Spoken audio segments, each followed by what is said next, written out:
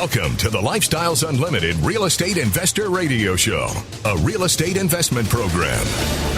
Listen and learn how to use real estate to build wealth and passive income streams for you and your family. We bring you experts every day to discuss and answer your questions on everything from single-family homes all the way up to 600-plus unit apartment complexes. And now, the Lifestyles Unlimited Real Estate Investor Radio Show.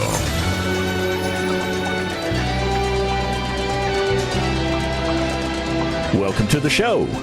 My name is Al Gordon, and as always, we're working on your financial freedom. Today's show is going to be an awesome show for you because we're going to cover a lot of things that you need to know with regards to mortgage lending.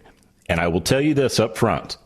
Mortgage lending is a very, very important component of what you will do as a real estate investor as you start to transition your life from where you're at now to a place of retirement and then transitioning into whatever your lifestyle should be. It's a great journey. And to kick off this journey, what I'm going to do is tell you a little story about somebody that I met back in 2017. See, in 2017, my son Jonathan and we became members of Lifestyles Unlimited. And after we went through the 2-day training and learned all the different pieces of the map to financial freedom, both on the single family and the multifamily space, we kind of devised a plan. Well, as part of our membership, we attend events with other members. And I was at a case study event not too long after we joined, and we were looking at the possibilities for single-family investment as well as multifamily investment. Well, at that time, I had owned some real estate that I had bought a long time ago, and I had bought incorrectly. And what I was doing at that point was fixing everything that went wrong and positioning those assets so that I could sell those assets to a 1031 exchange and acquire replacement assets. It's one of the concepts that we pursued. So let me get back to 2017. At that case study event, I started to build the members of my team. And even though I wasn't 100% sure what direction I wanted to go in, I knew I had to create relationships with people that were going to help me along this journey. That's part of building the team. And I remember meeting Chad and Rich from AMP Lending. And we started talking a little bit about, what do you guys do? What can you do to help me? And they told me in no uncertain terms that they were there to provide a mortgage solution for me, regardless of what I needed. Now, of course, I was still formulating all my plans, but here's the thing. In 2020, when I sold those duplexes, I already had a built-in relationship with a mortgage broker who found me great terms, the great loans, got everything handled for me, made the process extremely easy for me. And I was able to transition into new properties. So what I'm going to do for you today is I'm going to bring a part of the AMP Lending's team onto the show. We're going to talk with Chad Roten. And Chad is one of those guys that I know by name. I know him by sight. And even though back in 2017, I was not in a position to do anything financially, Chad was still there in 2020. And when you create relationships like that, it's a wonderful thing. So what I want to do is welcome to the show, Chad Roten of AMP Lending. Now, Chad, I got to apologize if I butchered your last name because I just call you Chad. I never use your last name. It was Roten. You pronounced that perfectly. All right. Well, I got something right today. So, Chad, you work with a lot of Lifestyles Unlimited members. I mean, you're one of those go-to entities on our vendor list that provides solutions for us. There are people listening to us right now that are not at the point of learning the journey, learning the map to financial freedom. They're still maybe kind of trying to do this on their own. So what I'd like to do is kind of get into the nitty-gritty of things that people need to know right up front if they're going to invest in real estate. So I'm just going to start off with this question. Why should they talk to you first as opposed to doing anything else? That's a great question, Al, and I definitely appreciate you having me on today. Important to talk to a conventional lender such as myself from the get-go because that is kind of your starting point of being able to leverage banks' money. You need to make sure that you're in a position to qualify for the financing you're looking for to help you build your portfolio of investment properties. And I'm the guy that can help you out with that. I'm going to take a look at your overall financial situation, where you're at in terms of credit, where you're at in terms of income, your debt-to-income ratio comes into play, what kind of money you've got in the bank, what kind of reserves you have. From a lending standpoint, we look at qualifying potential clients from, I call it the 4 C's. You're going to look at it from a standpoint of, and I'll get into them individually. I'm just going to ramble them off real quick. The 4 C's that we're going to look at is going to be credit, capacity, capital, and collateral. The credit piece is going to be your credit score. You're going to have not only a qualifying credit score, but we're also going to look at your overall monthly debts that are reporting to your credit in order to qualify for conventional type mortgage. Minimum credit score technically is 620, but when you're looking at investment properties to get that tier 1 pricing you're looking for with the best rates, best terms, you really need to try to shoot to be above that 740 mark. The capacity is your ability to repay. That's going to be your income versus your monthly debts. We're going to take a look at what you're earning on a monthly basis, gross income, so it's before taxes, and we're going to look at your overall monthly debts, your Fannie Mae and Freddie Mac maximum debt-to-income ratio. And what a debt-to-income ratio is you're going to take your overall monthly debts, including the house that you're buying, your present housing expense, which is either the money you're paying to rent a place you're living in, or if it's a house you own, your mortgage payment, including taxes and insurance. And then we're going to take into account all of your minimum payments that are reporting to your credit bureau. We're going to divide that by your total monthly income, and that income cannot exceed 50%. Now, if your credit's not tier 1 and you don't have some compensating factors, you may be limited to a little bit lower debt-to-income ratio. But the hold that thought, Chad. We're getting ready to go to break, and when we come back, we'll finish up those 4 C's.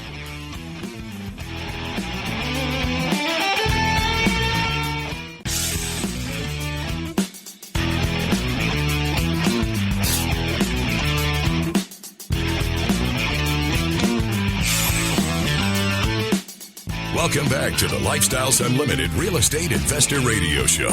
It's time to turn up the volume and fine-tune your passive income plan so you can create the lifestyle you've always wanted. Welcome back to the show. I'm going to open up the call lines because I want to give you the opportunity to talk with Chad. If you have any mortgage-related question with regards to being an investor, or maybe if it's just about something regarding your own personal property, maybe you have a ton of equity in your home and you want to figure out how you can tap into that, give us a call at 855-497-4335. Again, that number 855-497-4335. 4335. Hey, and also, if you can't call in or you're hearing the show maybe on a podcast or a time delay, you can always send me an email at askal@luinc.com. And if you really want to ask Chad a question, you can just say, hey, this is for Chad, and I'll make sure he gets it. So, Chad, there's something very important that I failed to do. What's that? Wish you a very happy birthday. I mean, to me, it's really cool that on your 40th birthday, I just gave away your age.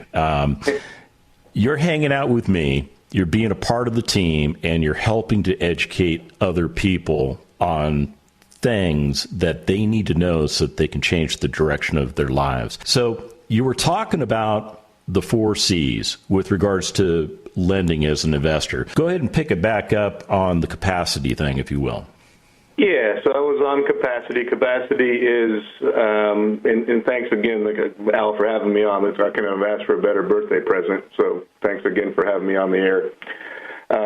Capacity is your ability to repay. You're going to look at your overall monthly gross income versus your debts. We're going to take your total debts, just minimum payments that are reporting to the credit bureaus, including all of your any property you own, including taxes and insurance on any properties owned. We're going to divide that by your total gross monthly income, and that figure is not going to be able to exceed 50%. Like I said a little bit briefly before the break, depending on credit situation and other compensating factors, we may be limited to a little bit lower of a debt-to-income ratio, but 50% is the absolute max. So when we're going through the pre-approval process, I'm going to review your income documentation. If you're a straight W-2 type employee, I'm going to look at your base salary. If you've been on the job for several years, I'll be able to use, some bonus income and commission income if that's something you receive.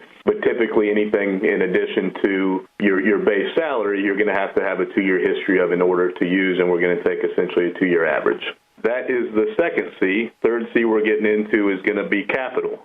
Capital is money available, money in the bank that you can use to put down on these properties, cover down payments, closing costs, et cetera, and also meet the reserve requirement that Fannie Mae has. The reserve requirement it changes as you acquire more properties. When you have 1 to 4 financed properties, which includes your primary residence, when you've got 1 to 4 houses that you have mortgages on, you're going to need to have, after you meet all of your down payment and out-of-pocket cost of acquiring the property, you're going to need to have 6 months of house payments on the subject property, which is the property we're doing the loan on. That includes taxes and insurance. So if you don't escrow your taxes and insurance, you'll need to account for taxes and insurance as well. In addition to that, you're going to need 2% of the unpaid principal balance on the rest of your investment properties. The primary residence can be excluded from that equation, but you're going to need 2% of the unpaid principal balance on the rest of your financed investment properties. Once you're on to having 5 to 6 financed properties, the 6 months requirement for the subject property remains, but that 2% of the unpaid principal balance on the rest of your investment properties becomes 4%. Once you get to property 7 through 10, which 10 is the maximum amount of financed properties that Fannie Mae allows for, that 4% becomes 6%. Now, your capital can come in various, accounts. It can come from your, cash on hand, checking, savings, money market type accounts. We can also use 401k, IRA retirement accounts. As long as we can document that you are able to access that money prior to retirement, we are able to use that to meet your reserve requirement. You're going to be limited to, I believe, 60% of the vested balance on those retirement accounts prior to retirement age.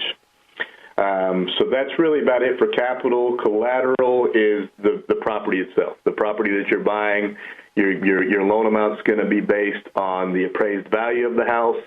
If it's a purchase transaction, the loan to value is going to be based on the lower of the sales price and the appraised value.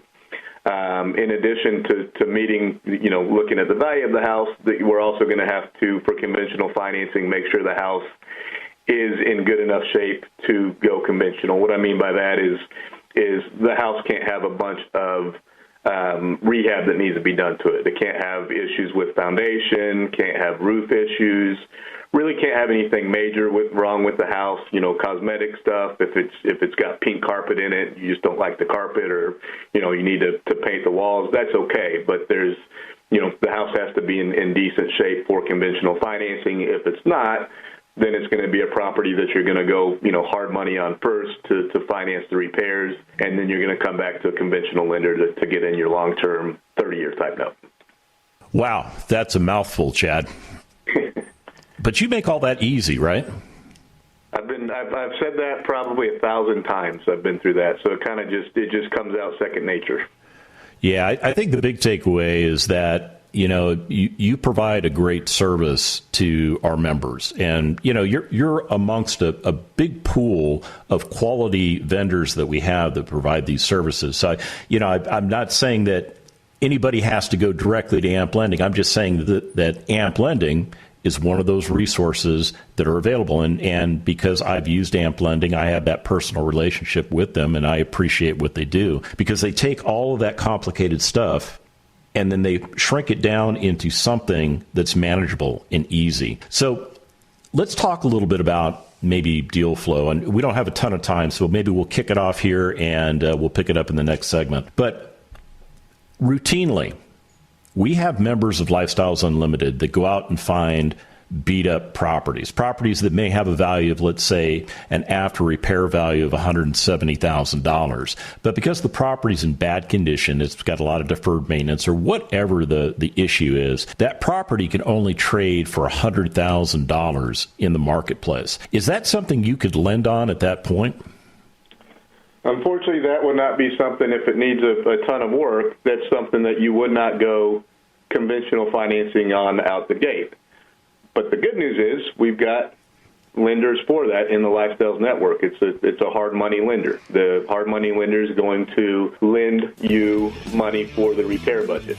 Typically, hard money lenders are going to lend you either 70 or some up to 75% of what's called the after repair value.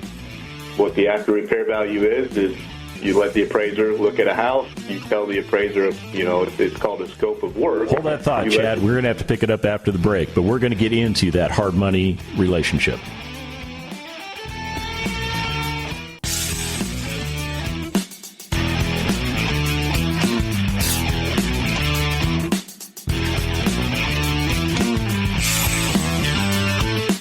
We're back with the Lifestyles Unlimited Real Estate Investor Radio Show. We're here to answer your questions and help you become financially free. Welcome back to the show. So, Chad, we were kind of talking a little bit about the importance of buying property correctly. And before we went to the break, I asked you that open-ended question. How can somebody buy a house for $100,000 that needs a lot of repair that might be worth $170,000? And here's the thing that I left out. They can effectively buy that house for 11% down. But they can't do that by going directly to you and getting the money, but they should start with you. Explain why. That's a great point, Al. So the way they're going to be able to get the house for less out of pocket than going, if there's a house that needs some work that's going to be worth, quite a bit more than the purchase price after the rehab is done, rather than coming to me and going with a straight conventional type loan out the gate where they're going to be putting the traditional 20% down, plus obviously closing costs and things of that nature. There's a product called hard money loans that will lend you the purchase price plus the rehab cost. And typically a hard money lender is going to lend you either 70 or 75% of the after repair value, or ARV, and what that ARV is it's going to be what the house is going to be worth after you tell the appraiser what you're going to do to the house, and that what you're going to do is called your scope of work. Maybe the house needs $20,000 worth of foundation, maybe it needs $10,000 for a new roof, whatever you're going to do to the house, you provide that scope of work to the hard money appraiser, and they're going to appraise the house assuming that's going to get done. It is very important to get pre-approved with myself or another conventional lender before you get into a hard money loan, because that's going to be your exit strategy. Hard money loans are short-term type loans. The idea is to get in and out of those as quickly as you can, because you're paying, higher rates, higher fees than you are on the conventional side. And the reason you want to get pre-approved with myself or, any conventional lender prior to going into hard money is you want to make sure that you're going to be able to get into that conventional loan. Last thing you want to do is get into a hard money loan with the idea of refinancing out once the work is complete with a conventional lender and finding out that you don't meet the qualifications to be approved. So idea is to get pre-approved with myself first.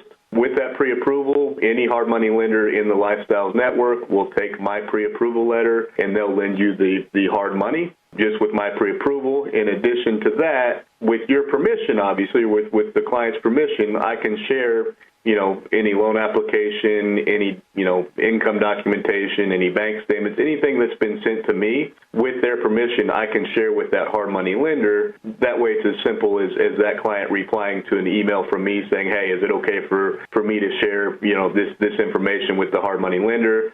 you tell me it's okay, and I can share everything with them. That way you don't have to go through the pre-approval process twice. You just have to go through it once with me. That way the hard money lender knows that you have an exit strategy, and they're good to go lending you the hard money. So I'm going to relate that to a movie I saw when I was a kid. Now, you may be too young to remember this movie, but maybe you played it for your kids. Willy Wonka and the Chocolate Factory, remember that? I do a little bit, yep. Yeah, so really, going to you first is like opening up that piece of chocolate and getting that golden ticket. It is your entry into everything that you need because you've already developed relationships with all of the hard money lenders that are a part of our network. So that makes my life easy because I know that I can take that document and say, hey, look, AMP Lending has approved me for $170,000. This is my exit strategy. Here's my business plan. Loan me the money. I mean, that's kind of what it boils down to, right? Yes, sir. That's exactly right. That is exactly correct. So why is it AMP Lending doesn't get involved with hard money lending? Is there a specific purpose or reason? Yeah. I mean, good question. We get asked that all the time, and it's really as simple as we want to try to be experts in the conventional field. We're very good in the conventional line of work, and we just want to stay in our own lane. We're not trying to branch out and be jack of all trades, so to speak. We've got, Lifestyles Network has plenty of experts in the hard money field. We let them handle that piece of it, and then we take over on the conventional side. It's really as simple as that we stay plenty busy on the conventional side. We are very good at what we do on the conventional side, and just don't want to kind of want to stay in our own lane, so to speak. Now, AMP Lending made a decision back in 2014 to join the Lifestyles Unlimited vendor program. What was driving that? What caused that relationship to occur? It was, it's just, I believe one of the LOs that was working here at the time had a relationship with one of the mentors or vendor managers at the time and got introduced to Lifestyles Unlimited, and it was a good fit because we understand the Lifestyles model. We were already we're experts in the investment lending field, and it just worked out. It was a good match for us, and we've been able to maintain a great relationship with Lifestyles over the years. I believe we're 5 or 6 time vendor of the year with Lifestyles Unlimited. We understand their business model, and it just seems to work. Yeah, I'm going to agree with you because I'm actually on our vendor website right now. I just pulled up AMP Lending because one of the things that we do as members is we kind of keep tracks on what you guys are doing as vendors, and we share information. And I'll tell you what, it's review after review after review that basically says, hey, Chad and his team, they're efficient and thorough, made the process as smooth as possible. And it's not just one review saying that, it's a lot of reviews saying that. So that relationship and those services that you provide to our organization are just valuable, and not only valuable, but they're dynamic. So let me switch gears on you a little bit, Chad, and let's talk about the concept of buying 10 homes in 10 months. I mean, is that a realistic thing? Can first-time investors actually do that? Yeah, that's a great question, Alan. We actually have a presentation on the Lifestyles Hub that goes into exactly that, how to acquire 10 properties in 10 months. The idea behind that is if you can qualify for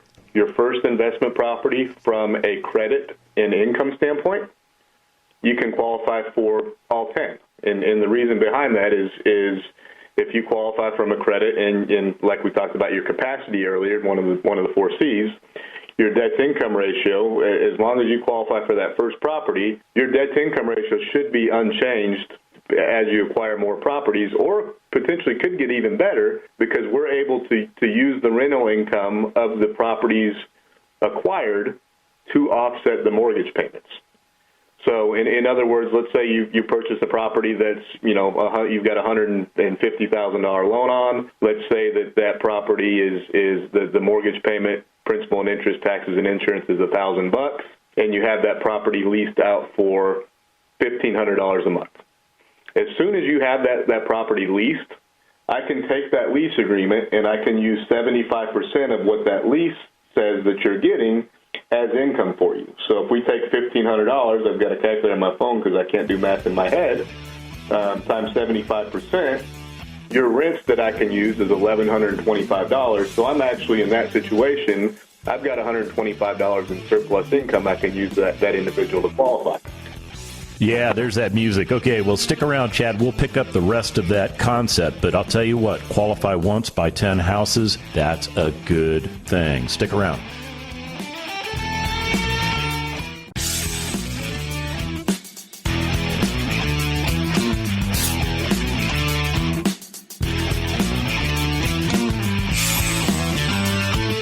Welcome back to the Lifestyles Unlimited Real Estate Investor Radio Show. Now, let's get back to your map to financial freedom.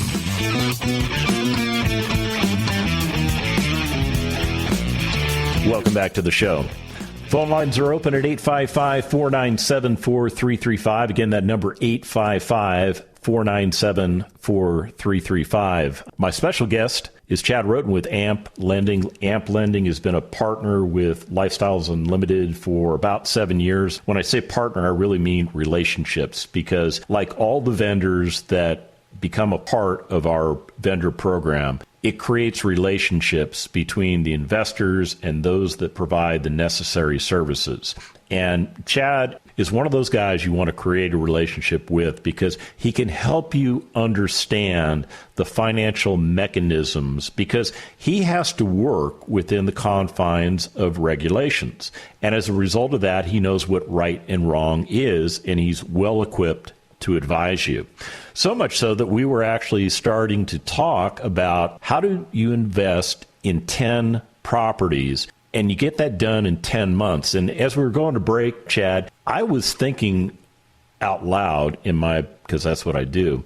I was thinking that there's a dollar amount associated with getting those 10 homes done. Now, let's say you can buy properties, cash out of pocket, $25,000, which is a lot less money than just going out and buying a turnkey home and putting 20% down. So my initial thought is you've got about $250,000 that you need, but then there's reserve requirements and other things. So fill in the rest of the story for me.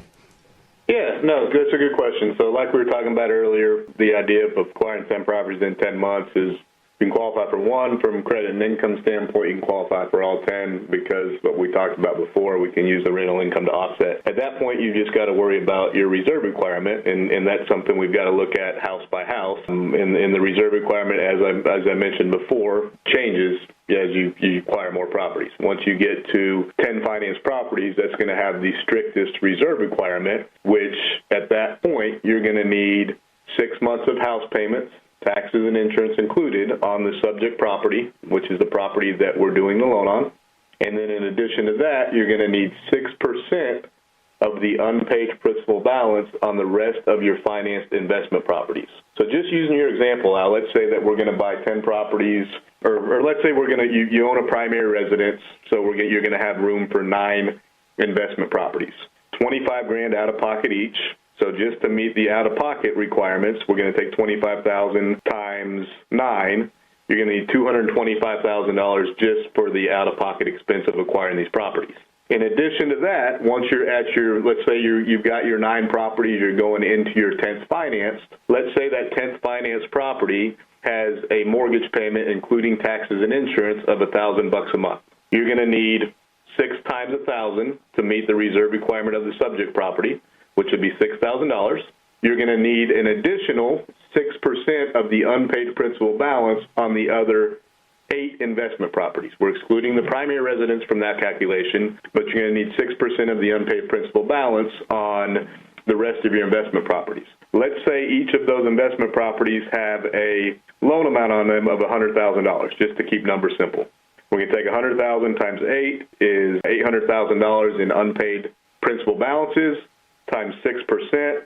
So in that situation, you're going to need $48,000 to meet the reserve requirement of the other mortgages, plus $6,000 on the subject property. So you're going to need $54,000 in reserves, in addition to the $225,000 you're out of pocket. So in that example, you need, to acquire all 10 properties, you need $225,000 out of pocket plus the $54,000 to meet the reserve requirement. Need about $279,000. Now, keep in mind, as I mentioned earlier, that money doesn't necessarily have to be money sitting in a bank account. We can use 401k, IRA, retirement accounts. We're going to be limited if you're not of retirement age. We're going to be limited to, I believe, 60% of the vested balance, unless Fannie has changed their guideline. It may be 70% now, but we're going to be limited to a little bit smaller than 100% of that full balance. But those retirement accounts can be used to meet the reserve requirement. All right. Well, that answers the question, because the reality is it's absolutely doable. It is absolutely doable. And people actually have money in places that they really don't know where the money's at. It might be an equity in their home. They may have other real estate that's not performing for them that they can sell and then reposition that money. I mean, there's a lot of ways to get to the money that you need in order to execute that plan. Hey, we've got a caller, Delmar from Texas. He's got a question for you, Chad. So let's bring Delmar onto the show. Welcome to the show, Delmar. Thank you very much. It's kind of a three-part or three different questions. The first of all is I kind of backed into the rental market. When life hit me upside the head, I moved out of my dream home, and now I'm renting it out as opposed to, selling it. And I may, do that again. So I'm either a genius or I'm a fool, and I can't figure out which one it is.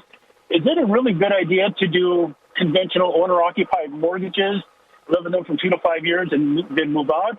Or, like you say, I'd rather don't plan on selling anytime in the near future. I just wonder if there's going to be any drawbacks in doing it that way as opposed to a conventional rental-type loan that has higher fees and higher interest. Hey, Delmar, I think the question is you've got a primary residence you live in for a few years, and then you want to turn that into an investment property and then go buy a new primary and continue to acquire properties that way. Is that correct? That's correct. Essentially, there's no closing costs, no fees for selling a property, and instead turning it into rental under much better terms. Yeah, so I mean, you can do that. It can be a little bit of a slippery slope, because if underwriting sees that you're kind of trying to trick the system, so to speak, by buying primary residents that are eventually going to be rentals, like the properties that you're moving into from primary to primary, as long as they're upgrades each time, you're probably going to be okay. What I mean by that is if you've got a house that's your primary currently is 3,000 square feet, it's got 4 bedrooms, 1 bath, and then you say you're going to move into a property that's half that size as your primary and turn this other one into rental, underwriting is going to scrutinize that a little bit, because they're going to say, is this guy really, is he really looking to move into this new house as a primary residence, or is he trying to trick the system to acquire rental properties with primary residence rate? As long as it makes sense, if you live in a house for several years and you're upgrading every several years, and just instead of, deciding to sell the property and you want to keep it as a rental, then yeah, you'd be okay. And I can use the rental income from the properties you're converting from your primary to the rental properties as qualifying income, as long as we get a lease agreement in place. And then typically we'll want to see proof that your security deposit check and first month's rent check clears on the house you're renting out. Okay. Delmar, I want to add that make sure you're talking with your CPA about doing this, because I think part of your strategy is you want to avoid paying the capital gains taxes by using the allocation that if you live in the property for a certain amount of time over a certain period of time, it may erase all that capital gains. So just make sure you've got qualified advice from your CPA before you go too deep into the woods. Okay, thank you. Second of all, I kind of like to use your crystal ball. With the current political state of affairs and all of the stimulus, and do you see interest rates in 2 to 10-year term really skyrocketing? I grew up in the Jimmy Carter days with 18% mortgage rates. Do you feel it's going to kind of go back that direction, or do you think it's fairly stable for now? Good point. I don't have a crystal ball. All I can tell you right now is they are really at historical lows right now. They dipped down even a little bit lower than I thought I'd ever see them about 6 months or so ago, and they're kind of starting to creep back up right now. But they're still, pre-pandemic, they're at historical all-time lows. I don't think they're going to stay as low as they are right now forever. Do I think that we're going to see 18% rates? I really don't. I don't think it's going to get to that point, but our rate's going to creep up, maybe into the, 4, 5, 6% rate over the next several years. I think it's possible, but like I said, I don't have a crystal ball either. I would say that it's going to be tough for them to go down much more than they are right now. Delmar, I'm going to put you on hold for just a second because we're getting to the end of the show, but don't hang up, because I'm going to pick up after the show and answer that third question for you. Hey, real quick, Chad, how do we get a hold of you at Amp Lending if we have any questions about investing? Yeah, absolutely. Thanks, Al. So if you're looking in either the Austin or Dallas market, or really anywhere else in Texas, we're also licensed in a few other states, and I'll go through those: New Mexico, Florida, California, Illinois, Tennessee, and Georgia, and Louisiana. You can call me. My phone number is 512-491-1056. The Lifestyles Unlimited Real Estate Investor Radio Show is for entertainment purposes only. Please consult a professional regarding your personal investment needs. Nothing presented on the Lifestyles Unlimited Real Estate Investor Radio Show constitutes an endorsement, recommendation, offer, or solicitation to buy or sell any product or security.